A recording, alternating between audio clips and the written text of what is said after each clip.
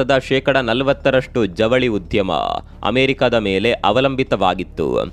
ಆದರೆ ಈಗ ಇದ್ದಕ್ಕಿದ್ದ ಹಾಗೆ 50% ತೆರಿಗೆ ಹಾಕಿರೋದ್ರಿಂದ ಖಂಡಿತವಾಗಿಯೂ ಭಾರತದ ಟೆಕ್ಸ್ಟೈಲ್ಸ್ ಲೋಕಕ್ಕೆ ದೊಡ್ಡ ಹೊಡೆತ.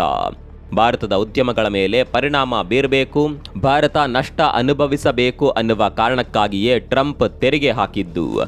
ಆದರೆ ಟ್ರಂಪ್ ಯಾವ ಉದ್ದೇಶದಿಂದ ತೆರಿಗೆ ಹಾಕಿದ್ರೋ ಆ ಉದ್ದೇಶ ಈಡೇರುವಂತೆ ಕಾಣಿಸುತ್ತಿಲ್ಲ.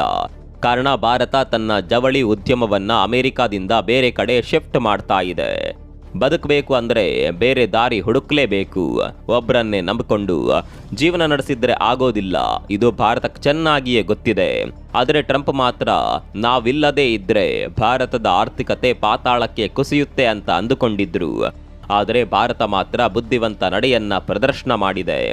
ಇಲ್ಲಿವರೆಗೆ ಅಮೆರಿಕಾಗೆ ರಫ್ತಾಗ್ತಾ ಇದ್ದ ಜವಳಿಗಳನ್ನ ಇನ್ಮುಂದೆ ಆಫ್ರಿಕಾಗೆ ಶಿಫ್ಟ್ ಮಾಡೋದಕ್ಕೆ ಮುಂದಾಗಿದೆ.